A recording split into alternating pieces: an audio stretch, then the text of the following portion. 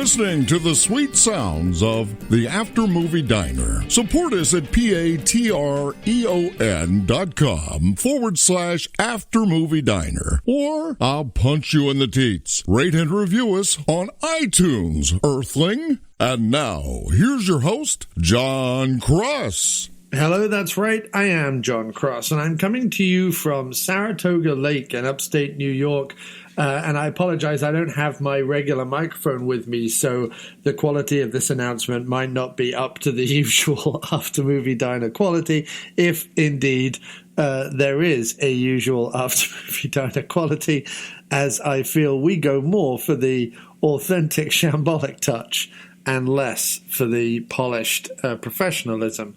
Anyway, I wanted to come on and make this announcement because we hadn't done a podcast in a while, and there was lots of reasons for that, but mainly because the wife and I had been sort of traveling around and taking some time out from the city a bit because the city is driving us a bit nuts.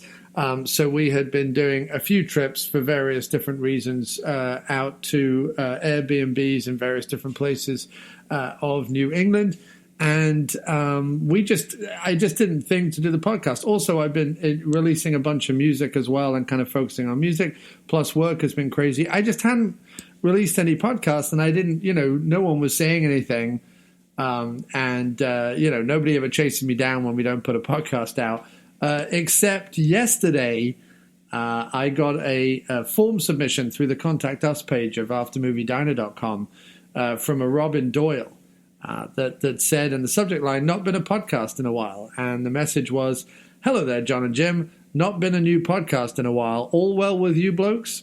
Now, what's interesting about that is most listeners I've heard from. I've never heard from Robin Doyle before. So I was like, there's one person clearly out there in the world that was wondering what was happening with our podcast. And that's always lovely. I sort of go on these hiatuses sometimes, and I just assume nobody really gives a crap because Jim and I have sort of been doing the podcast for ourselves in the last couple of years. Any kind of idea of making this, I don't know, bigger, better, shinier, or whatever has just sort of fallen by the wayside because I don't know, just the endless engagement on social media and on the internet in general, and the money required to make a podcast sort of big and part of the zeitgeist or whatever.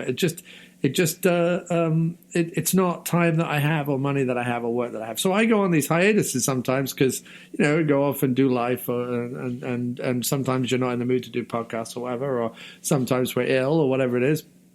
And I hadn't thought about the fact that in the middle of a pandemic, people might be like, wait, we haven't heard from John and Jim in a while. I hope everything's all right. Well, everything is okay.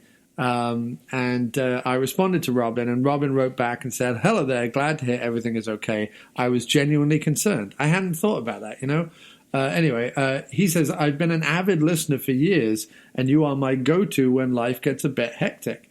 Oddly, my favorite was the Sunset Boulevard episode. I actually rewatched it afterwards in a slightly new light. He's been busy working from his shed in sunny Edinburgh for months with Gemini for company. He says, please don't underestimate the help that's been. Keep up the excellent work. Well, thank you ever so much, Robin. Funnily enough, Jim and I just recorded another episode last night. So that'll be coming out hopefully next week. This episode that you're listening to is actually a Chuck Norris episode we recorded I think back in August, and I just never edited it and put it together. But it's sort of the last of our detective series of podcasts that we were doing before. And then we will start a whole new series of shows that are not necessarily detective-based coming up next week. And very exciting because it kind of ties into one of the music projects that I've been doing. So look forward to that. But thank you, Robin, for sort of messaging us and reaching out. If there's anyone else listening out there who's like, I'm a regular listener and I like it when you do shows, drop us a line. There's no end of ways that you can communicate with us. Twitter, Facebook, contact us page on aftermoviediner.com. You can email us at hello@aftermoviediner.com or hello at aftermoviediner.com. You can call us 347-669-0053. That's 347-669-0053. Or you can go over to speakpipe.com/aftermoviediner and leave us a voicemail right on your computer. That's speakpipe, SASPEAK, pipe.com/aftermoviediner. There's literally no end of ways to communicate with us, and we do love contact. So please do that. Robin, I was always planning on kind of starting the podcast back up again in the next couple of weeks, but your emails certainly inspired me. And thank you very, very much for reaching out. So this episode is dedicated to Robin Doyle and is a plea for everyone else to just be like, hey, if you want more podcasts and if you actually genuinely like the show, reach out, because it does not only does it kind of kick my ass to kind of record more shows and do more things, but it does genuinely make Jim and I feel lovely. Like, we always just do the show for us. We're old friends. We love talking movies. It's all kind of great and groovy. But it's nice to know that it's not just kind of going out there into the void. So if you've been listening for a long while, or if this is your first show and you want to reach out and say thanks, or reach out and say hey, or reach out and introduce yourself, or whatever you want to do, please do that. All of the contact information is over at our website, aftermoviediner.com. But you can also hit us up on the socials. Wherever After Movie Diner is found, I am there. Anyway, enough of my rambling. Another big thank you to Robin. And here is a show we recorded back at the end of August that's all about a Chuck Norris film. Hope you enjoy it. Yeah, I mean, you in general, though, in the world lack volume. I mean, this podcast in general. No, you mean weight? I lack weight. I lack moral and intellectual weight. And yet you have plenty of waste. So I do. It gets bigger every day, actually. Yes, you have waste. You lack volume. And both of us probably lack depth. Or we have too much depth and not enough surface. I can't quite figure out which one. I think my problem is my surface is grimy and my depths are full of shit. Do you know what I mean? I'm basically the Thames, is what I am. Right. I'm the Thames of people. Right, except that you're my not... My surface is crappy and my depths are worse. You're not wedged between, two somewhat pleasing banks, though, are you? And the whole of the Thames isn't terrible. Like, as you go up through Richmond, the Thames... Oh, yeah, no, I'm thinking about, the bits beneath, the bits in the middle, the bits in the center. The bits that have, dead animals in, severed feet... Yeah, the sort of thing that if you put a toe in, it would grab you and pull you under and drown you, filling your mouth full of probably plague infected shit. You know what I mean? This has been floating there since the 1600s. And it's from plague infected shit that we say hello and welcome to the After Movie Diner. Continuing what is an unofficial but has slowly become a Watching the Detective series. We just happened to have done detective films. I'm sorry about that. I guess that's kind of boring, but I didn't mean to do that.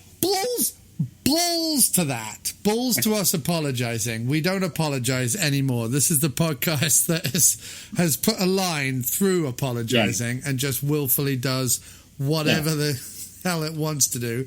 And we seem to have done nothing but watch cop/detective films. And this week is no different. So last time was Brian Dennehy. What was before that then?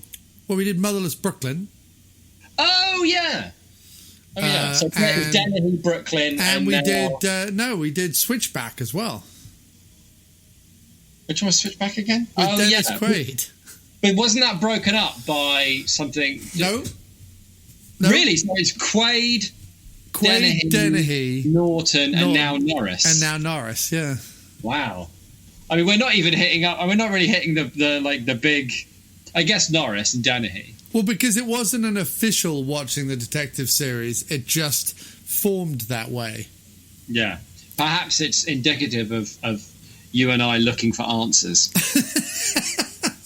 Well, right? I have to say, it's also probably come off the back of the fact that recently I've been watching the odd film noir that I had not previously seen. I'm something of a film noir fan, and we've certainly been and seen a couple. We did Sunset Boulevard, and we did that other one that I can never remember. But that we both really enjoyed, though. Oh, the one that had the film director in it. Ida Lupino was in it. Ida Lupino, yes.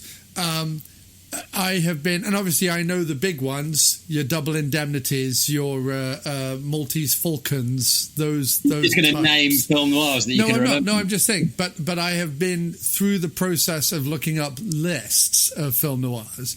I've been filling in the gaps, and recently watched The Killers with Burt Lancaster. Which, that's a good one. That's the one that opens up with him in the hotel room, right? I have seen that one. That's a good one.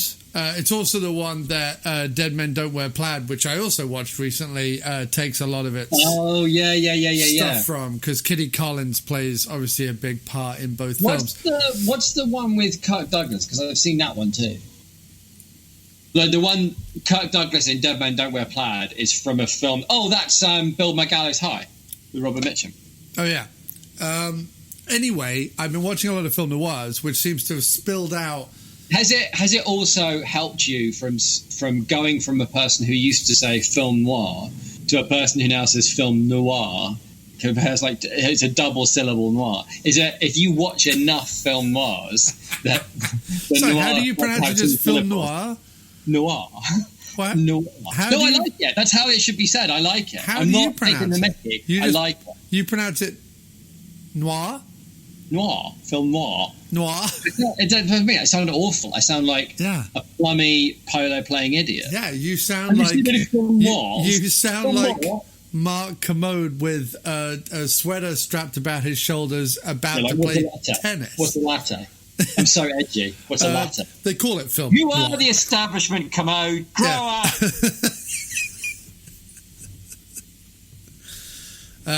Anyway... So the combination... A corduroy jacket and loads of hair gel doesn't make you a rebel, mate. That's all I'm saying. It doesn't. Neither does playing skiffle loudly, even though nobody asked you to. He's like, I also play skiffle. Fuck off, Kermode. Do people think that about me as well? Like, people who like me for the podcast, every time I kind of go, oh, I have an album coming out, which, by the way, on September 4th, I have an album coming out. Do you think people are like, oh, fuck off, Cross, with your fucking albums and your banjolales and your bollocks? Do you think people think that? Yeah, probably, right? Probably. It's very difficult to straddle those two worlds, being an intellectual heavyweight film critic such as yourself, mate, and playing skiffle. Well, I don't play skiffle. I don't play skiffle. I write and record my own songs. You play like New York skiffle. That's what you play. I don't play New York skiffle. You play New York skiffle. That is your sound. I play singer-songwriter. I play singer-songwriter, folk rock, occasional blues. No, you don't. You play New York skiffle. What was the last song of mine you listened to? Not the last one. I haven't had a chance to listen to the last video, but the one before that. What was the one before that called? Where Our Hearts Can Be a Shambles. Yeah. That New York skiffle. It was not New York skiffle. It was. Ask people right in. Am I wrong? New York skiffle. What? You've invented a whole new musical genre. You should just run with it. I'm singer-songwriter. I'm not saying it can't be serious. I'm not saying skiffle is like. No, because you're trying to tie me to Kermode, and I don't want to be the music hall or whatever. I don't want to be tied to Kermode. I don't want to be tied to Kermode. I'm allowed to make the association. Do you own any corduroy jackets? No. You do though, don't you? No, I haven't owned a corduroy jacket since I was probably 25. Really? I feel like you own corduroy. I feel like I've seen you. Is that just my dreams? You don't have my dreams playing skiffle in your corduroy jacket. Yeah, that's in your dreams. I didn't want to know what a latte is. Maybe I'm just getting you and Kermode confused. You're getting me and Kermode confused, and that's not right because Kermode's my arch enemy. But anyway, I'm allowed to make the association with the music playing film critic. You're not allowed to make that association because you're doubling down on the whole me as Kermode thing, and I don't like it. I was pleased with the fact that I've invented a musical genre that you are the sole... But you've invented a musical genre that is inaccurate to what I actually do. All right. Well, how about I agree with you, but in my own head, that's what you play now. That's fine. But skiffle is normally sort of an upbeat ragtime version of country and or blues music, and I don't do that in any way at all. No, that is true. No. I think you need to know what skiffle is first before you start attacking me. I thought it was like people who play stringed instruments in a slightly shambolic fashion. No. That's more like... If there's a genre for that, that's what you are. Yeah, I'm more like a New York hoedown. Hoedowns are rambunctious but shambolic. Hoedowns are. No, you're more like, what if somebody had a hoedown and nobody came? Do you know what I mean? You'd still be doing the hideout, but there'd be a melancholy tinge to proceedings. What you just heard, ladies and gentlemen, was my laughter of the damned, because he cut me to my core with truths that I know deep. No, I just mean it'd be like melancholy, right? You'd have a barn, you'd have like a table full of like sandwiches. I don't know what happens. A table full of sandwiches. You can tell the last time Jim went to any social gatherings, I'm sure there's a barn with a table full of sandwiches. Scout hut, that's what it happens, right? Scout huts, that's where people have parties, that's where they go to dance. Scout huts, right? Scout huts with sandwiches with the corners turning up. Sandwiches, people's, parents at the corner going, oh, why didn't you go and have a dance? Yeah, that's how it's a hoedown. Yeah, the last time Jim did anything sociable with more than two people, he was 12. I was matey. I was taken there by my mum. Yeah, that's probably true. But you know what I mean? Like a melancholy hoedown. Like there's a band and everything, but it's just like a dusty, cobwebby barn and nobody's in it. Yeah. And the music that would flow from that, like, I arrived here optimistic, but now I just feel sad, that would be your music. Yes, that's true. If I had renamed Miscellaneous Plumbing Fixtures, my band name, to be called Melancholy Hoedown, and the album title was Dusty Cobwebby Barn.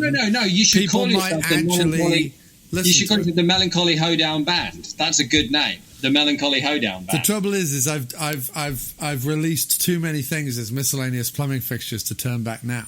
That's right. What would happen, man? How would people ever find you? How would all arguably they're not exactly finding you at the moment, no, though, right? They're not. And I think that's because the spelling of miscellaneous. Right, but that's what I'm saying. The Melancholy Hoedown Band. Reinvent yourself as the Melancholy Hoedown Band. There are 3 words that people can actually spell. Anyway, September 4th, new album coming out. Follow Misc Plum Fix on all social. Or wait for the announcement where he changes his name to the Melancholy Hoedown Band. Which I'm also not doing because all of my social media is at Misc Plum Fix, including Instagram, Twitter, and everywhere else. However, the reason why I was going down this particular tunnel of self-promotion is that having immersed myself in film... and having watched some detective films with Signores Jim, my co-host on this show, I have decided to do a decidedly tinged album promotion. So in the lead up to the album... Oh, I saw that. It's like you leaning on ladders. Well, no, a single picture is me leaning on ladders. It's mostly ladders, though, isn't it? It's ladder-based promotion. Is what I'm saying. There's one picture that features a ladder. One out of like. Listen. Full disclosure: I was working until 3:30 last night, so I might be a little bit punchy. Okay. Well, fine. If it sells it to you, listener, it's mainly a ladder-based album. There's a lot of ladder-based. Yeah, like thematically. It's not on the surface. It's just right behind the surface, waving a little cloth. I mean, maybe that will sell more copies if there is a ladder-based theme to the album. Honestly, mate, I've often felt that the one thing holding you back is not enough ladders. Thematic ladders. Or otherwise. Thematic ladders. What's annoying, though, is I wish I'd thought about it before I wrote the album, because as it is, I've now written the album, and there is, as I can recall, very few mentions of ladders, which may you know, have you thought about renaming the album "A Paucity of Ladders"? Paucity of Ladders. Which feels more like a 19th century novel. Do you know what I mean? Gerald woke up one morning to find out he had a paucity of ladders. Trying to reach the top vestibule was incredibly difficult, for he had now a hit BBC adaptation starring Nigel Havers in A Paucity of Ladders. that is absolutely what the theme music would be.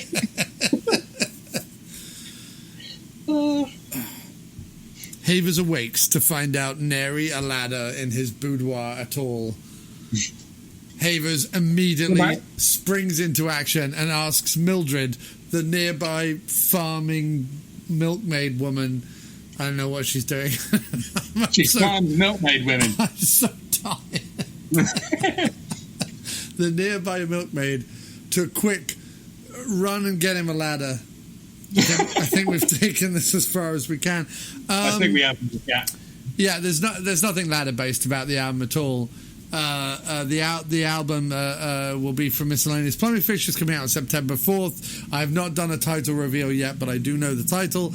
And you should follow me on the Instagrams and on the Twitters to get all your whatever we called it, melancholy hoedown things. The album that I'm talking about in this section is the album True a Crime by Miscellaneous Plumbing Fixtures, out now on Spotify, Bandcamp, and all the good places. Yeah. To get all your melancholy hoedown needs. A ladder to musical fulfillment. See, the new album actually has... You can quote me, I've got to put that quote, a ladder to musical fulfillment. Yeah, I'm not doing that. Okay. It's less of a ladder and more of a funnel one might use to micturate by the side of the road successfully. Wow. It's a funnel of pee to musical enlightenment. A funnel flecked with urine. Given our meeting, let's move on. Why don't you talk a bit about the movie? Yes. And while I eat. It's very difficult to banter when I've got It's very difficult to banter when you've got a burger. Oh, it is difficult to banter when I have got a burger. I've got a large face. Okay. So,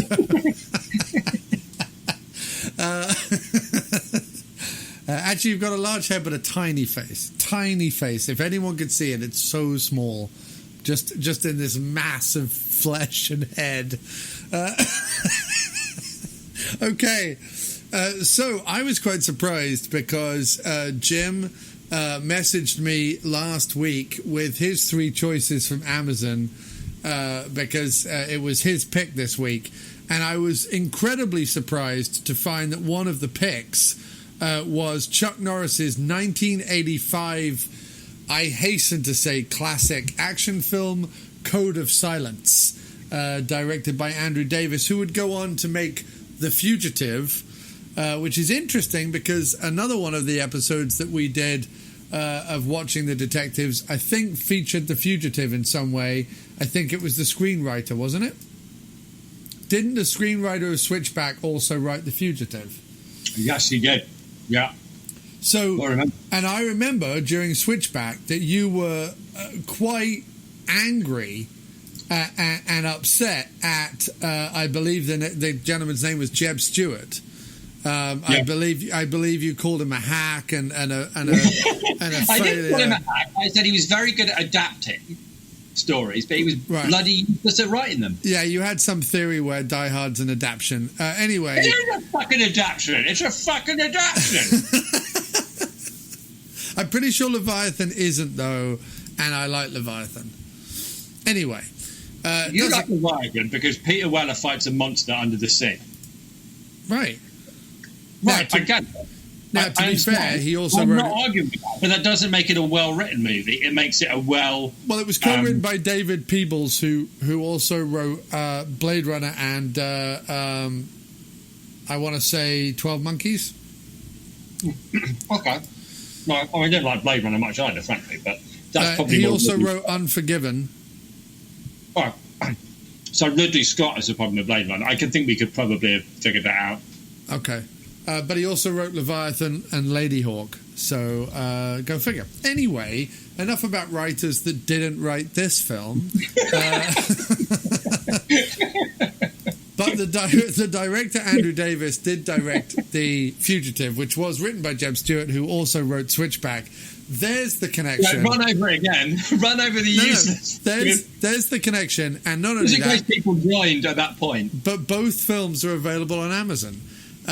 So I was quite surprised by this. And that, coupled with the fact that the other two choices Jim had made were quite honestly shocking. Like, absolute shocking tosh.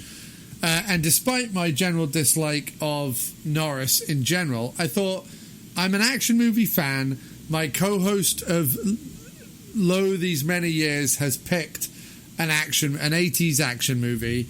And while it may star Chuck, the most boring man in action, Norris, I did feel like honouring that. And despite my initial reservation, because I did message Jim to be like, Norris, fuck no.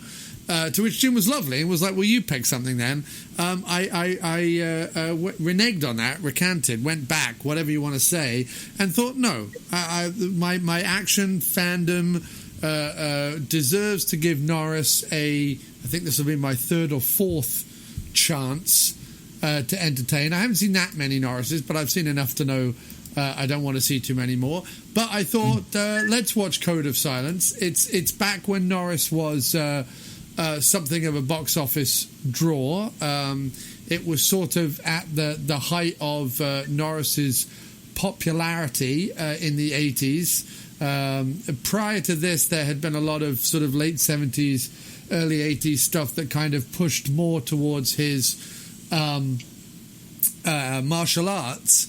But as his canon work started with Missing in Action and Missing in Action 2, The Beginning, which was in 1984 and 1985, respectively, Norris did pick up the weapons and stop some of the martial arts, although there is still some ass-kickery in Code of Silence. And this is wedged between Missing in Action 2 and Invasion USA, and Invasion USA is probably my favourite Norris. If I have to have a favourite Norris, it's probably Invasion USA.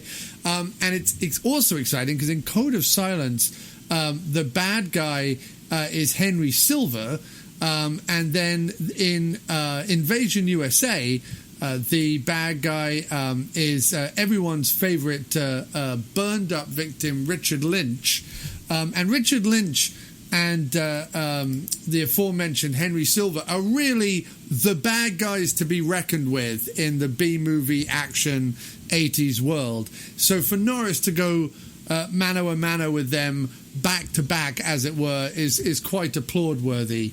So I'm very happy about that. This was initially a script that was kicked around with a potential of being a Dirty Harry 4, and also was offered to Chris Christopherson, of all people, because apparently they looked at a bunch of people and they were like, we need a grizzled man, middle-aged, with a beard and some lank hair. And they went, Christopherson or Norris? Christopherson or Norris. That was apparently the way the producers made the decision about this movie. Christopherson apparently said, no thanks, it's too violent, and went off and made something else. Norris, on the other hand, was like, sounds right up my street. Lots of borderline hidden racism and extreme violence. Sign me up, said Norris. So we get Code of Silence, which, again, attempts to be an action movie in which both the cops and the criminals are somewhat culpable and hide behind a code of silence, leaving Norris as the one-man army machine to take down everyone in his wake. Cops on one side, criminals on the other. Although, to be fair, he goes a lot easier on the cops than he does on the criminals. On the cops, he gives a very kind of closed-lipped testimony in court in which he barely bothers to mumble his lines, whereas with the criminals, he just shoots them and stabs them and kicks them and blows them up and drives a robot car into them and all sorts of things. Yes, probably off the back of, is it Rocky 2 or 3 that has a robot in it? Or is it Rocky 5 that has... No, it's Rocky 3, I think, has a robot in it. I think off the back of Rocky 3 or Rocky 4, one of the Rockies has a robot in it. I forget which one right now. But I think off the back of that, Norris was like, called up his agent and was like, get me that random 80s shonky robot action in my movie, please. And he does have a souped-up robot police attack vehicle in this. Weirdly demonstrated in the movie by John Mahoney, who everyone will know as Frasier's dad. Isn't that one of the best things about the movie, though, is that whoever the casting director is some kind of folk hero. Like, literally everybody in the movie is somebody. It's like that guy. Yes. Barely anybody is not recognisable from somewhere else. Right. It was extraordinary. Norris... He's got Ray Bones from Get Shorty, the fucking airport. What's his name? What's his name? Dennis Farina. Dennis Farina, right. Do you want to know an interesting fact about that? Dennis Farina was still a Chicago cop while this movie was being made and moonlit as a character actor in this. And this was his first movie or first speaking role that predates his breakout role, which was in, I think, a TV show. I'm going to have to look it up. But I think he was in a TV show. Crime Story was his big TV series as Lieutenant. It's got the bad guy. What do I know the bad guy from? I mean, not everything, but he's been lots of great things. Henry Silva's been in tons of stuff. Henry Silva is known from The Manchurian Candidate, from the original Ocean's 11, from Sharky's Machine, from Ghost Dog, Way of the Samurai.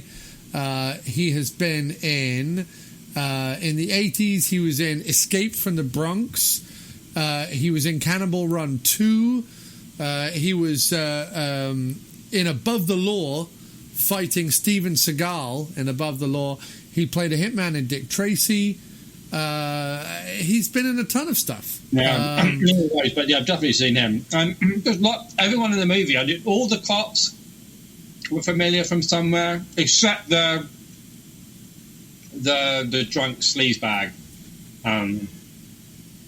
who I can't remember his name, who did have a great line in the beginning in the cemetery. The beginning in the cemetery is my favourite bit. The other thing Henry Silva is in, he's in Alligator, the fantastic monster movie about alligators coming out of the sewer and killing people, that also stars Robert Forster. Oh, maybe that one then, because we went and saw that, didn't we, on your birthday? Yeah, he's also in Megaforce, which is another classic 80s slice of futuristic cheese that's well worth watching maybe once.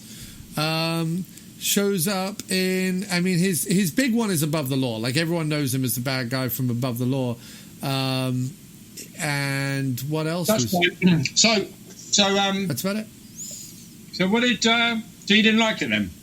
No, it's not that I didn't like it. It's that I have... It's fine. It's absolutely fine. It's a very by-the-numbers 80s action movie, which is filmed perfectly nicely, has a lot of quasi-decent action in it, nothing that you haven't seen before, but also for the time, pretty well done.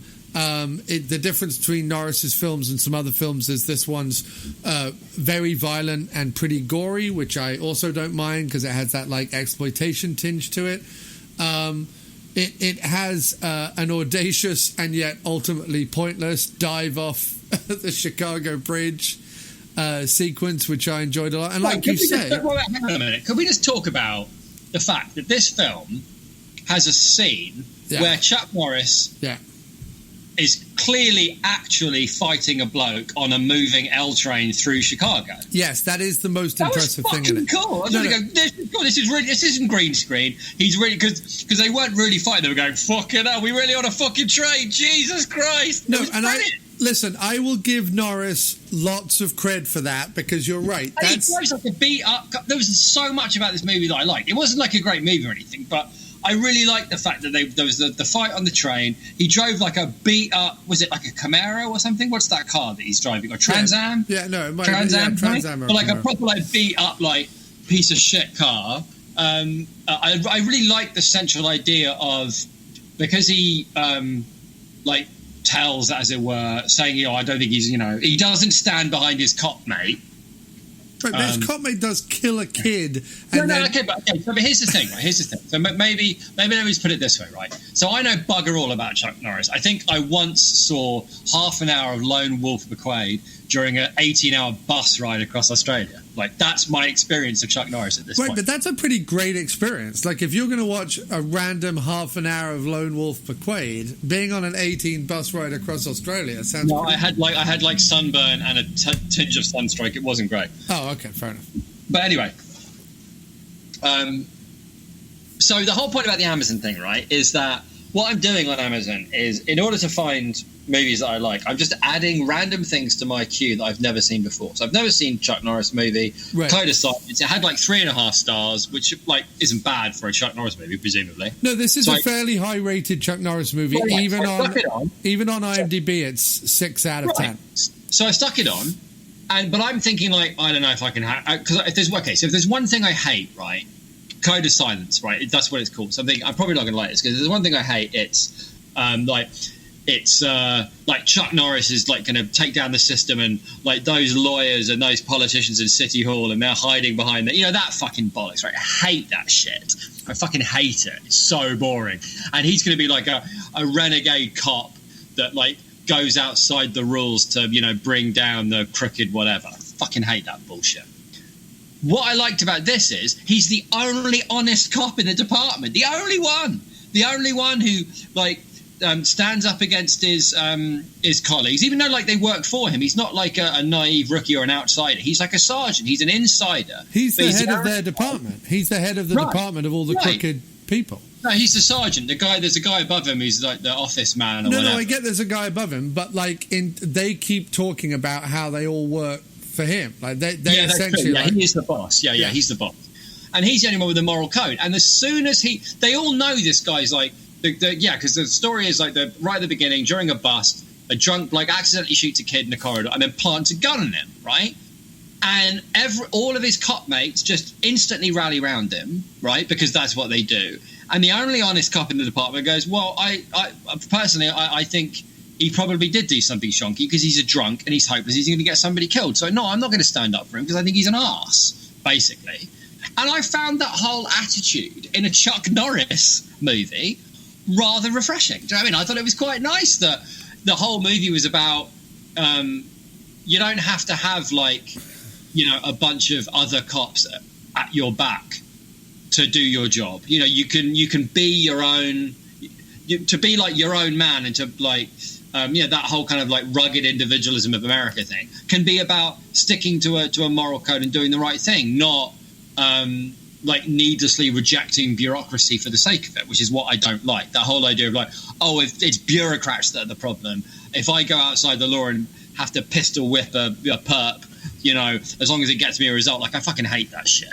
But this is more like he's actually like doing the right thing, and the fact that he's obviously never going to get anywhere, and he's driving around the beat up car. I really like there's all these like funny little like bits of colour all the way through the film. So there's a thing where Dennis Farina is constantly suggesting really terrible retirement plans. Like, I got 2 words for you: alligator farm. Like no reason for it, but like they're quite fun little moments. Or the scene where the 2 guys stick up the cop bar, walk in. They like, and what's nice is it's not like a throwaway. It's kind of a throwaway joke, but there's a nice setup to it. They have them outside. They have them planning the robbery. They have them walking in. One of them goes in the back. Like, it's, you know what I mean? Like, there's a nice pace to it. And then when they do finally pull out their guns, all of the cops, but like it's almost like a Naked Gun joke when the cops. And then there's Norris like fighting 87 guys in a bar, and at one point you think, is he going to win? Is he actually going to like beat up 87 guys in a bar? Because I'd like to see that. And then as you rightly point out, at the end, it's like Chuck Norris does Short Circuit, basically, as far as I can tell, right? It's like short. I don't know whether this would have been around Short Circuit. It's like, I don't have any people to back me up, so I'm going to break out the robot police car that I scoffed at earlier, and that my captain was like, "You've got to get up to speed on this, Norris, because this is the future of police work, right?" And no, listen, here's my thing, right, dude. So there's two things here. First of all, I obviously come at this with a broader watching base. Not necessarily knowledge base, because you don't have to watch a couple of action movies to kind of get how action movies work. So I'm not condescending. There's no doubt that you have a greater oeuvre I'm not condescending to you, saying you don't get how they work. You do. I'm saying, though, that I've seen, 1,000 of this kind of thing. Yeah, right? fair enough. Now, off the back of that, I would say that this is a very well done that kind of thing, and I can't find disagreements with anything you're saying. There are some core, dopey, but basically entertaining scenes. I like the exploitation element. The fight on top of the train is legitimately well done from a stunt perspective, because there doesn't appear to be any cables or strings or green screen or anything happening. It seems to be legit, which is, pretty... And it's going through Chicago, right? That's what I liked about it. It wasn't just like, it's like, we'll run this stunt in in a train yard in the back of LA or whatever. Like, it's actually the L train moving through Chicago, and they're fighting on top of it. Definitely. And this movie definitely benefits, and you're right, from a great casting agent who's like, right, Norris is a lead, so let's just fill this with, absolute that guy. Where do I know her from, by the way? Because I know her. Who? The woman, the daughter. Oh, Molly Hagan. Yeah, she. This was her first movie, actually. But you're right. She's been in a bunch of stuff. She was even in Sully recently. She's been in Election. What's her other movies that she's been in? I know her from something. She's very prolific. She's been in a ton of stuff. Yeah, well, I've seen Sully and Election, so it could be both. I can't exactly tell you what. She was in The Dentist, the horror movie The Dentist. She's been in Columbo a couple of times. She was in Seinfeld. She's been in Alf as a guest star. She's in Some Kind of Wonderful.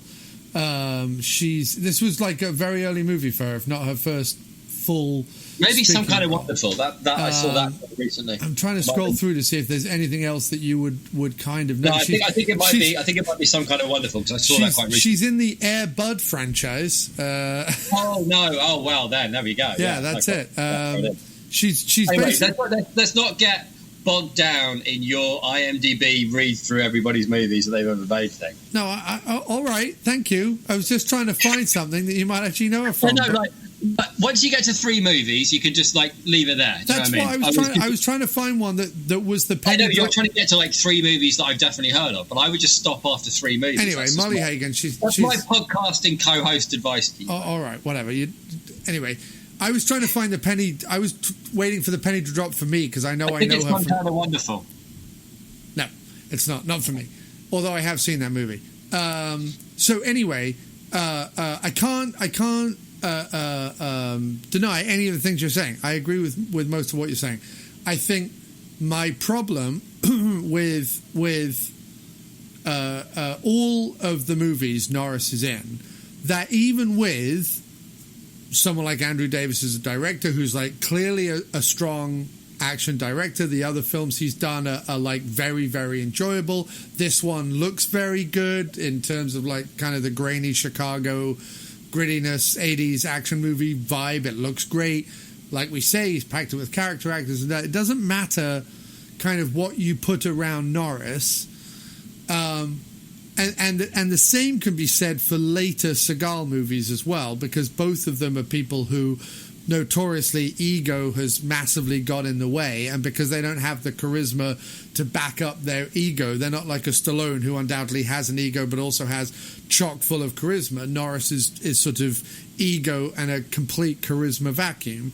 You do end up with the distinct feeling at every turn that because there were decisions made by Norris's ego rather than by the director or rather than by the screenwriter, that some of his things, especially his inability to raise his voice above a mumble and his apparently is unable to open his mouth in anything more than, like I say, a ventriloquist dummy, really, half the time. He willfully torpedoes his own movie half the time. Now, like I say, the best Norris movies are just like the best Seagal movies, are the ones that pack as much goodness around him and give him at least a couple of scenes in which to shine with the action so that you can kind of get past that. And Code of Silence definitely does that. You do get past the fact that Norris maybe has 3 lines in the whole fucking thing, and the somewhat cod romantic subplot goes nowhere, etc., etc. It's at least better than like one of the Norris movies that people always told me to watch, because it was apparently like Norris versus Michael Myers or whatever, because it's like an unstoppable killing machine, is Silent Rage. And someone once told me, like, oh, you have to watch Silent Rage. You have to watch Silent Rage. It's amazing. It's like Chuck Norris versus Michael Myers. You'd love it. It's like a Frankenstein story with Chuck Norris fighting him as a sheriff. And 2/3 of the film is Chuck Norris, like, acting a character. And I've no interest in Chuck Norris doing any acting because he can't act. He doesn't even attempt to act. And like I say, he doesn't really have the charisma to back it up. So that's really my problem with this movie. There's one other problem that I have with this movie, and outside of that, a 6 out of 10 for an 80s action movie is a perfect benchmark for this movie. It's a 6 out of 10 movie. What it does well, it does very well, and then, you know, there's this charisma vacuum in the middle that's torpedoing it at every turn. The second thing that's problematic about the movie is that while there are 2 things going on at once, one which is the cop trial, you know, I want to get this guy kicked off my group because he's too old and too drunk and he's going to endanger someone subplot. And while there is a Hispanic/Cuban crime gang that are fighting an Italian mob gang, neither of those storylines, and again, I'm not asking for much, but neither of those storylines is particularly fleshed out in a remotely interesting way. Again, they throw character actors and whiz-bangery at it, and it just about limps through its 1 hour 40 running time, but neither subplot is anything I can hang my hat on, really. Yeah, okay, fair enough. I wouldn't disagree. I don't personally have a problem with Norris. If I may, like all I'm actually trying to think of an example here, but there are definitely people. Okay, the best example is he doesn't rub me up quite the same way, but you know the guy David Morse, right? Right? Yes, David Morse, who's a character actor who's been in tons of stuff, including 12 Monkeys, written by David Peebles. Yes, carry on. There you go. So whenever Benj, right, my mate Benj, whenever Benj sees a movie with David Morse in it, he'll just turn off the telly. He can't even look at Morse's stupid face. You know what I mean? It's something about now. I'm kind of with him here because I don't like Morse either. He's piggy-eyed. Like there's something about him that I don't like, but it definitely rubs Benj up the wrong way. And like there are actors around like that, right? I'm trying to think of who Morse's best role is in The Negotiator because you think he's crooked all the way along because you're like, it's fucking David Morse and he's a fucking asshat, and then at the end of the day he turns out to like do the noble thing. So someone's literally hired him to be. Right, could you just be Morse? To be an asshat beard. To be an arse beard. To be an anal beard. Yeah. Could you just be an arse-faced Morse for 90% of the movie, and then you thought he was a bad one because it's David Morse, and actually no, he was a good one. So I'm trying to think who mine is, but there's definitely people who I won't even watch movies with them in because they drive me up the wall. Norris doesn't drive me up the wall. I just want to shout. No. I'm not saying he does.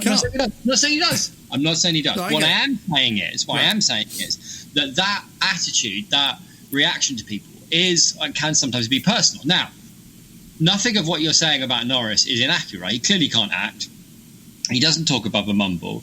And he is a bit of a charisma vacuum in the middle of the movie. However, I'd never seen a Chuck Norris movie, and I wasn't sure what to expect. Right, yes. So his whole, like, quiet, gruff man of honor thing, given it's like a one-off movie and what's happening in the movie, I was okay with it.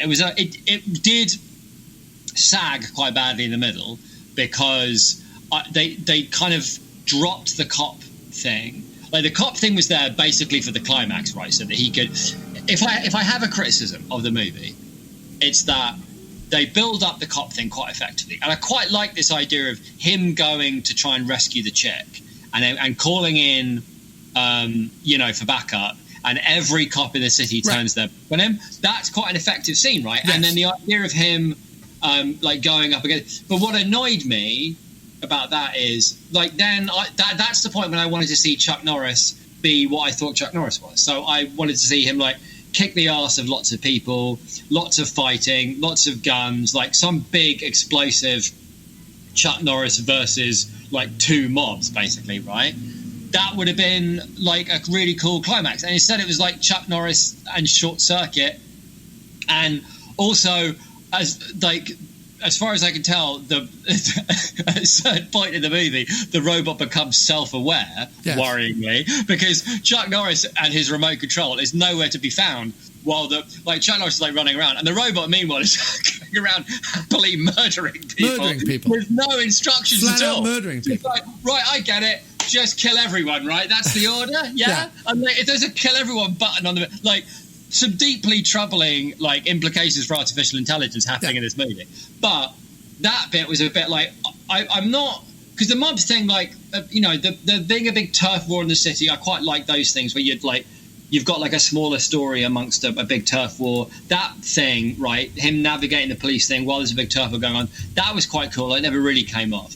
But it all needed to come together in this massive climax where Chuck, abandoned by all cops, takes on the two warring families together, preferably not, by the way, by some docks in a warehouse. It's why, be more imaginative than that.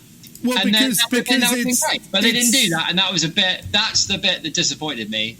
That was a really good setup for the movie. That's clearly what it was supposed to be, and it all just kind of ended up with, oh, let's just have him and the robot blow some people up in a warehouse. And it was a bit what does that prove? That doesn't make Chuck.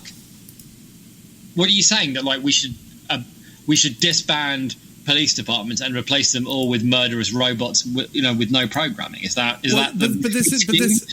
RoboCop, they dealt with that pretty well. But this is my point, right? There's a certain point where Chuck Norris is what he was attracted to is the whole idea of the man alone. He's a one-man army against crime, right? The problem is, and the thing that will forever now haunt Norris movies when people go back to watch them, is the expectation of who Norris is, right? Because who Norris is, in reality, was a very accomplished martial artist from the 70s, when martial arts were far more for display and for sport, and not for movie kinetic action, whatever, right? And the movies that he was sort of most famous for in the 70s were far more slow-moving, far more moody, far more 70s, far more, as I say, based on the kind of what looks now, to modernize, very kind of creaky martial arts, very kind of protracted performance art, rather than the wham-bammery of The Raid or any of Scott Adkins' stuff. And that makes him a pioneer, right? Definitely. And he's his association with David Carradine and Bruce Lee and stuff like that is all, very important in the grand scheme of the history of both martial arts as a Western adoption, as a Western sport, and martial arts in the movies. So he totally has his place. The problem is two things happen. First of all, his movies with Canon got roped up with the Canon the Canon advertising machine, where, much like Roger Corman before them, it was all look at the whiz-bangery on display.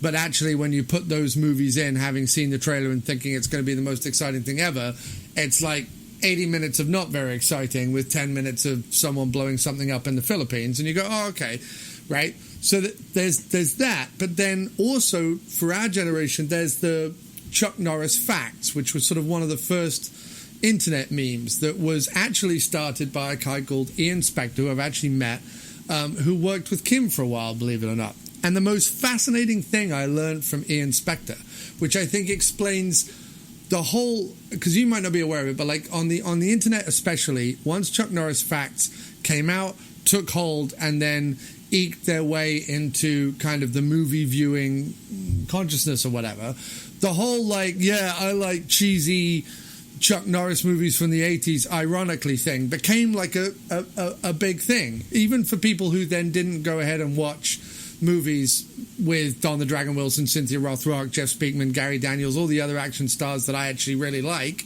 and that I wish people would watch. Instead, people just banged on about Norris all the time. The funny fact is, and this is true, this is the real Chuck Norris fact, and I've spoken to Ian Spector directly. Ian Spector had never watched the Chuck Norris movie before he did the Chuck Norris facts. It was entirely based on the fact that people use Chuck Norris as a shorthand for like action and excitement. And so he was like, all right, I'm gonna write these like Chuck Norris facts. And we all know like behind his beard is another fist, and Norris doesn't make a phone call, he shouts at the phone until the phone rings or whatever. Like all those facts were based on this idea of Norris, not the reality of Norris, right? So unfortunately what that means is there's this huge expectation. If you had grown up during the 70s kind of watching Norris's stuff that he did in the 70s with, like I said, with like Bruce Lee and Carradine and other people like Way of the Dragon and stuff like that, you would be more impressed with movies from the 80s that he did, because you'd be like, oh wow, that guy who did kind of, to our eyes, slow creaky martial arts has added guns and explosions and warehouses and robot police cars and taking on 50 people at once and whatever to his repertoire. It would be a thing, right? And but when we go back, or when I certainly go back and watch an 80s Norris, having seen tons of other stuff, it just isn't. It's not compelling enough. Even the fighting compared to people who were putting out movies at the time, or people who would kind of come along shortly after, so the Van Dammes and the Segals and the Jeff Speakmans and people of the world, but by the time Norris had done his thing, and he's definitely, like I say, a forebearer of the stuff, but like by the time he's done his thing, the new guys show up, the young guys, the guys who are able to do, they come from different schools of martial arts, they also come from a performance theatre background more so than Norris did. Coupled with all the stuff that's happening in Hong Kong and Western movies trying to keep up with the Hong Kong action wave of the 80s, you suddenly see far more interesting kinetic action happening in movies that Norris just, for my money, doesn't keep up with, right? So there's all those issues I have tied up with Norris that is not fair to bring to bear on a Code of Silence, but sadly it's difficult to shake that. No, well that's fair enough. I do see what you mean, and I wouldn't. I think you're right. I think I was expecting more of the Chuck Norris facts kind of thing, and also sometimes, as with any movie, right, you arrive with certain expectations of what it is that you're going to see, and potentially what it is you're going to enjoy about it. And I think what I liked initially, and it never wore off, was I thought its heart was in the right place. It wasn't cynical. That because that thing where to get like the dramatic moment of the criminal's like, I'm going to plead insanity and I'm going to get off, and so the cop like shoots him in cold blood, or what I mean, like that kind of like moral code is beyond the all that fucking bullshit, and that's just about getting like cheap vigilante-like thrills from people bringing the hammer down on crims. Do you know what I mean? Without trial. I just that whole thing's like deeply distasteful. And I really liked. I thought his heart was in the right place. I just felt like, and I didn't mind Norris either. I quite liked his kind of gruff everyman, drives a beat-up car. Is people's boss, not not an outsider.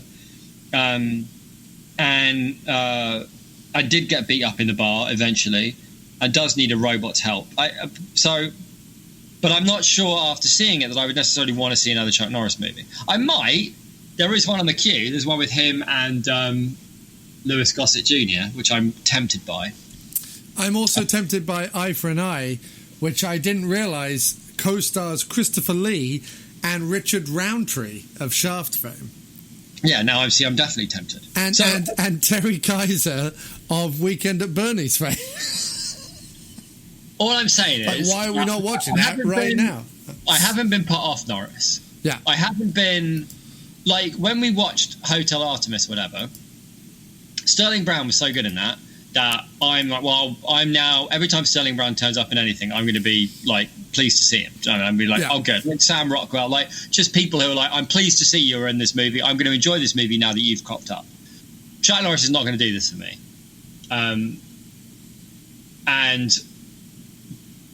But I will say this, that I have a huge soft spot for 80s action films that aren't cynical and cheap and just boring and crap. Because there's a lot, let's face it, there's a lot of 80s action films that are like, this is so by the numbers and nothing about it is trying to be interesting or even funny or have any edges at all. It's monumentally cynical.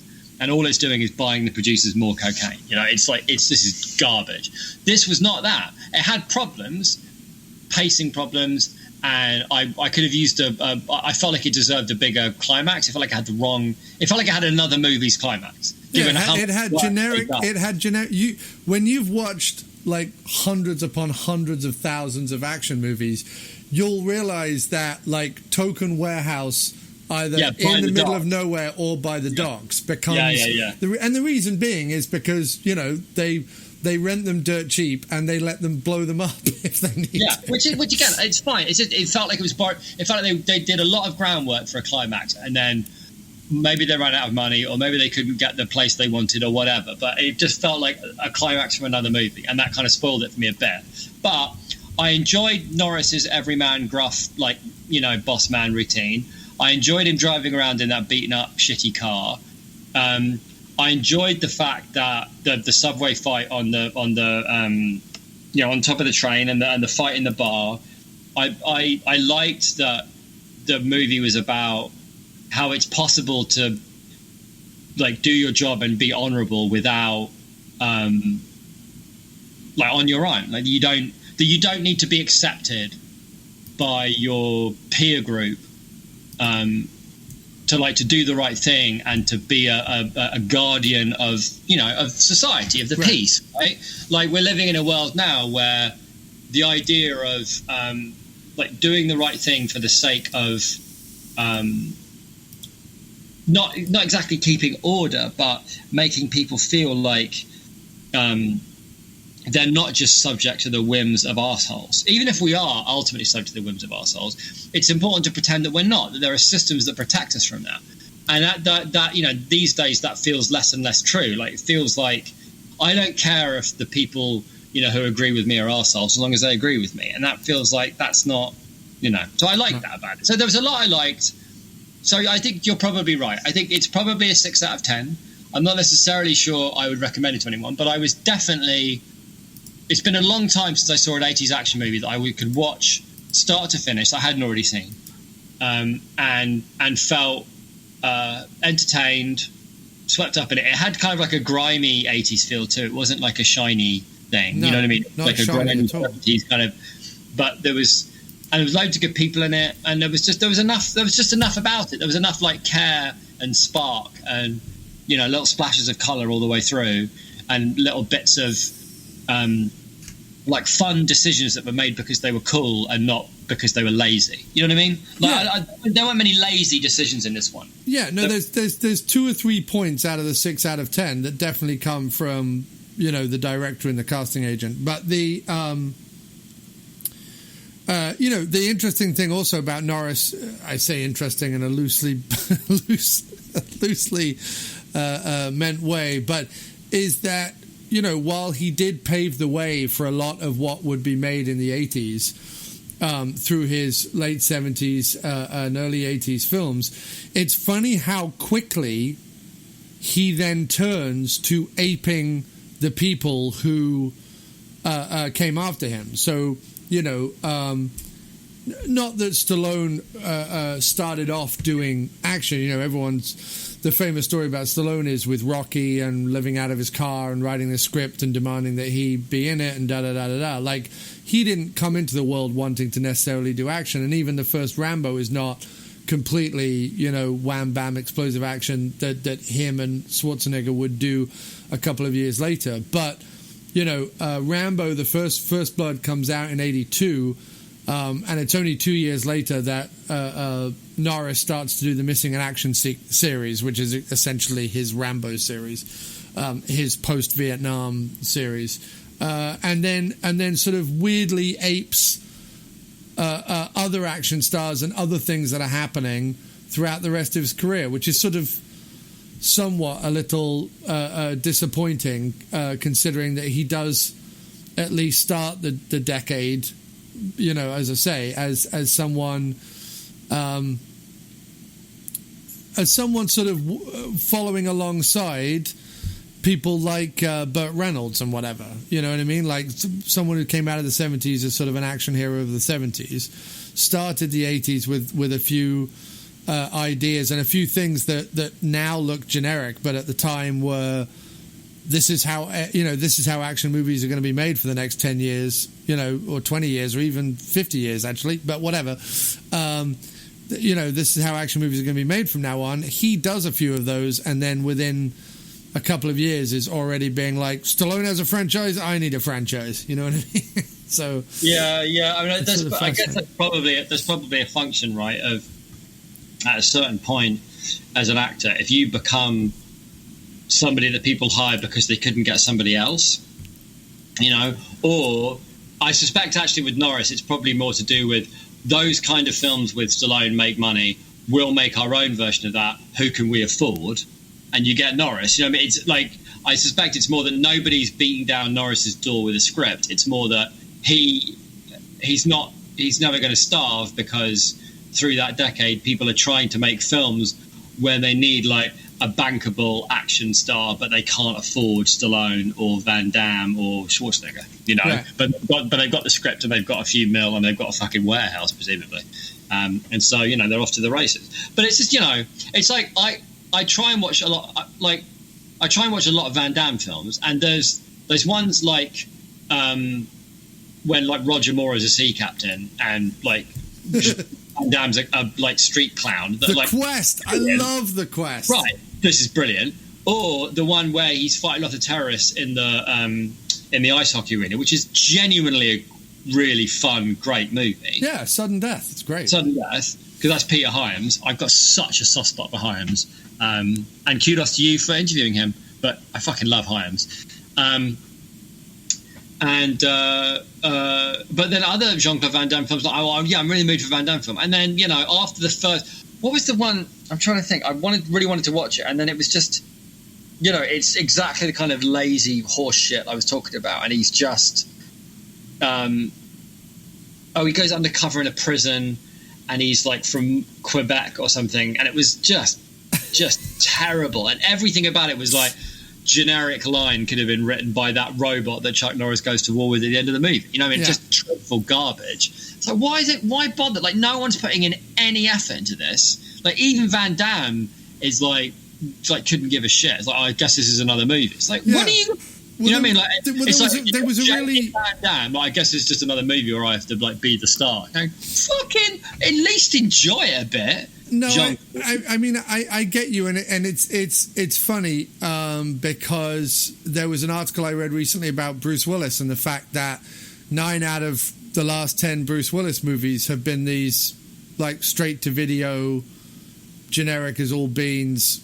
He really just pops up and as a cameo kind of action films, and the author was writing like, why does Bruce Willis feel the need that, to do these films? Like, what is it that... Because it's not, like, you're right. It's not like you watch them and Bruce Willis is having a ball and trying out lots of different characters and thinking, I'll slum it in B-movies for a bit so I can, I don't know, wear a few wigs and try some funny voices or whatever, whatever it is. I don't know why Bruce Willis would want to do that. But you know what I mean? Like, there was a time when he was doing 12 Monkeys with Terry Gilliam where when you see the making of 12 Monkeys, it's all about, like, well, Bruce wanted to, like, try something out and not be associated with John McClane and try his range and blah, blah, blah, blah, blah. And you've seen him work with Wes Anderson and various other directors to try and do that again. But he always does it, like, once or twice and then goes back to these sort of, like you say, kind of shell of a shadow of an action movie. And he can't need the money. You know what I mean? No, the only thing I can think of, and I'm being really generous to Bruce here, is that he probably doesn't get offered a lot, and he's probably now aware of the fact that he's not, if we're honest, a terribly good actor. Like, I have to say, the biggest letdown of Motherless Brooklyn, and I really liked Motherless Brooklyn, was how, like, weirdly devoid of charisma Bruce Willis was. Like, he's a very charismatic guy, so I remember him as being, but there's something, he's lost something along the way. Have you watched any of his recent films? Like in the last 20 years?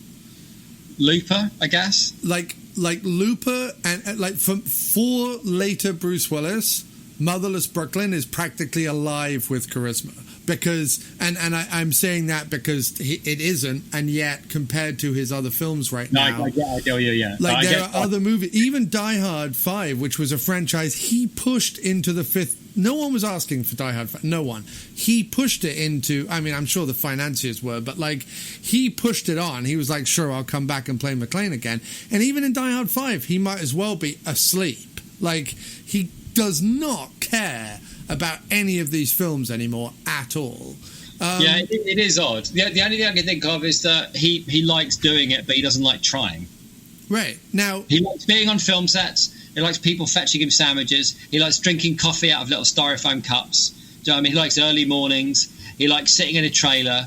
He likes people fussing over him and getting his autograph. You know, like, I can see how somebody could be in love with the idea of making movies, but maybe only for a day or two. And if all he does over the course, maybe like sits on his arse all year, or I don't know, like breeds horses or whatever, right, on a ranch somewhere, and then like for a couple of times a year he buggers off to Chicago or New Orleans or wherever, and like does a couple of days filming and like gets to meet people and gets to do a bit of acting. More like Croatia or Latvia or Bulgaria. No, I don't know. Like these. No, dude. All these movies that Bruce is in are like made over there now.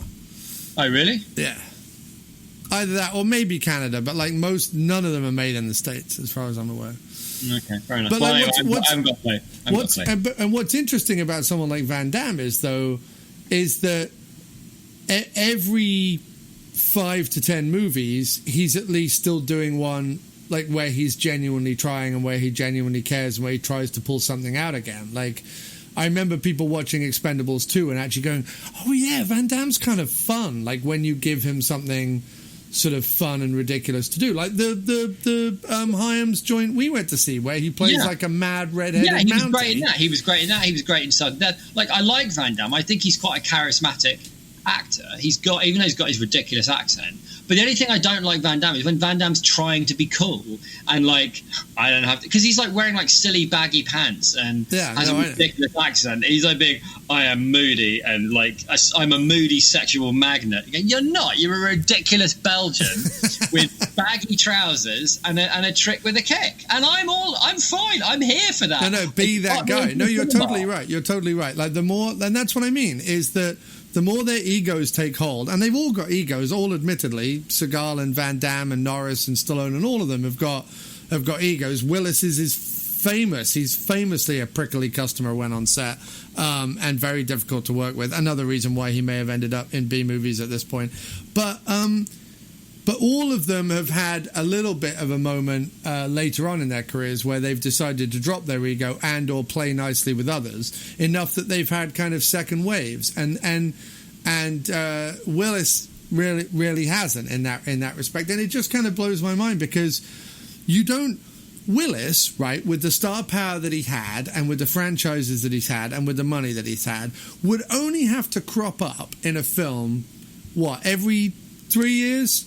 Like, and do a turn, sort of like Sean Connery used to before he retired. Like, he would crop up in a movie every 2 or 3 years, and you'd be like, oh yeah, Sean Connery's still around, and he's still a compelling screen presence. He did his bit, he didn't bump into too much furniture, you enjoyed it, and then you forget about him for 2 or 3 more years, and then he shows up again, right? And all he kind of needs to do is something like that. And his, apart from a couple of the bad stories that's come from behind the scenes, he would have walked out of his career pretty much unscathed with a fairly interesting body of work behind it.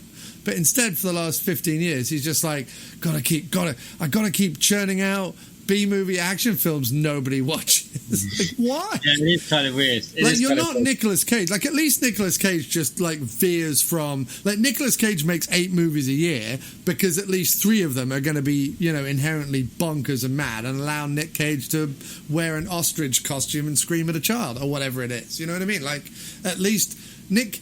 But you and I have both seen really genuinely great late-era Nicolas Cage movies, right? But we've also seen, like, genuinely, come on, Cage, pull out some of the welly, and he hasn't movies. But I just, it's interesting to see. And look, Norris, going back to Norris didn't have anything to fall back on, and the only sad thing for me about me not particularly getting to grips with Norris in terms of his lack of acting and whatever, is that he did genuinely, kind of in his later career, do some, like, intriguingly balmy films. Like, he does Sidekicks, which is sort of this meta Karate Kid ripoff where a kid wants to, like, literally be Chuck Norris, and then meets Chuck Norris, and they have, like, a weird, kind of sensei sidekick kind of thing, which I would sort of be interested in.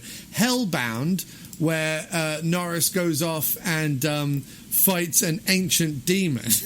I've seen that. I've actually seen that as a mulleted Chicago cop. It was annoyingly generic. There was, like, fewer hell stuff than I would have liked, but it wasn't bad. Right. It wasn't whereas bad. End of Days End of Days with Schwarzenegger is far more interesting. And then, of course, Top Dog, where, because every person who's used to playing a generic cop has to have a movie with a dog, after K-9 and Turner and Hooch, Norris was like, give me some of that acting with a dog action.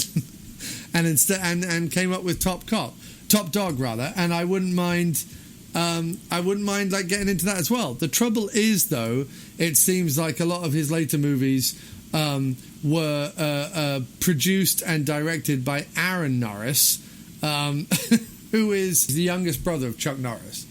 So his future stuff is, like, done by Aaron Norris, and I'm not interested in that level of, like, mad nepotism. It always fails. Always. Yeah, but I just wish, like, I kind of like Norris fighting the demon. Like, I wish that was called Hellbound. I'm like, I must see that movie. But I know the moment I put that movie in, I'm going to be like, oh yeah, it's a Norris movie, isn't it? And then it's just going to be, It wasn't bad. God. I remember watching it, and actually, it is exactly what you'd expect, but it wasn't bad. I think I quite enjoyed it. I think it was filmed somewhere weird. I don't mind that. Is it supposed to be? Is it set in Jerusalem or somewhere? I don't think it's filmed in Jerusalem, but it's like pleasingly alien enough, I think. He's a Chicago cop called Frank Shatter. Yeah, but isn't he abroad? I don't know. Okay. It just says 2 Chicago cops investigate a murder until they encounter an ancient demon. And what I like about the word "until" makes me feel like the ancient demon has nothing to do with the murder. They're investigating a murder. An ancient demon shows up and goes, "Hello, I'm an ancient demon." To which Norris is like, "Balls to this murder! I'm running after." I think we better investigate this. This seems like more worthy investigation. Whoever wrote that description is brilliant. I know what he means, but investigate a murder until they encounter an ancient demon. There's an ancient demon. Oh, well, okay then. We better drop this murder and go look at that. Overtime. Lovely. But yeah, no, thanks for picking a Norris. And look, I'm always open to Jim Wallace watches more low-rent 80s action. Well, your pick next, mate. We should probably steer clear of the police detectives, but your call. Whatever you want. I will watch anything. Yeah, I was hoping You're not terribly fond of 80s sex comedies or... I wasn't going to pick an 80s sex or comedy. Sadistic... 80s sex comedies or sadistic, mean-spirited slasher films. Okay. I don't mind a slasher film, but not like really nasty, sadistic ones. You know what I mean? Yeah, I mean, that's more torture. I don't like that either. It's more torture. No, I know. I'm just just throwing it out there. I like ones set on college campuses where people inexplicably run the wrong way. That's what I like. No, I don't know. I quite like those too. No, but I mean, you're also, let's face it, there was like an Italian horror film where somebody dressed up as Stalin was like murdering nuns with a cleaver. You would watch that film? Yeah, I would watch it, but I wouldn't suggest we watch it. Right, okay, yeah, fair enough. Yeah, okay. Like I did watch, there's a particularly grimy and awful Lucio Fulci movie, The New York Ripper, which is a slasher giallo movie, but is like horrible, like just horrible, and I wouldn't suggest watching that. Okay, so but your pick, mate. It can be anything. It doesn't have to be from the 70s, the 80s. It could be. We could start doing new things. We could prove. We could support independent. Well, we picked Hotel Artemis. That was a relatively new unknown movie. But in terms of like independent stuff, I don't know. It's such a mixed bag. It's such a mixed bag. You got a week. Whatever you like, mate. You have a think. Sling it my way, and we'll give it a go. Yeah. All right, Chief. Will do. Thanks for this. I don't know if I don't know how the last episode did, because I didn't promote it at all. I don't know if you noticed. I didn't promote it at all. No, I did notice that. Well, you're tired and you're very busy. But I put it out there. Yeah, it's it's not had many downloads. I mean, it's had more downloads than you would imagine, considering. You didn't promote it. What did we talk about again? And Motherless Brooklyn. Oh yeah, okay. And it was kind of a funny episode. Like very funny. Well, I think Ed Norton would have enjoyed it. I felt like we engaged with the spirit of the movie that he made. You should tweet Norton about it. You say, "Listen, Ed, sorry people didn't like your movie. We did." Is that what you think is going to get to the heart of Ed Norton? Well, given that everybody else seems to give it a good kicking, I don't see why not. I actually thought about that. Like, if I could find Norton on social and just be like, "Hey, Ed, we really loved your movie. Compared to the way other people treated it, would you do an interview?" And they'd be like, "No, I'm a deep artist who does twitchy." No, you don't have to do that. You just tweet in the link. The problem is, right, tweeting in the link of us talking is that you do have to go through about 40 minutes of us talking absolute shashery. But I want Ed Norton to have to wait through 40 minutes. But he won't. To hear us say something mildly pleasant about his film. You know what I mean? Like, listen, the producer of Stranded listened to the whole episode. No, we don't know that. He listened to a song, and then and he was very enthusiastic, and then we told him about the episode, forgetting that we completely ripped not only his movie but him personally to pieces. Yeah. Didn't I call him like a coke fueled? Yeah, coke fueled crazy. Like, the producer of this movie must be like a coke fueled idiot or something. Yeah, it wasn't pleasant. So, and we never heard from him again. So I quite like that. I quite like that. There's something about that. Jim Belushi will not give me an interview, even though he has a new show out on the History Channel called Belushi's Farm, where he gets high and talks about cannabis.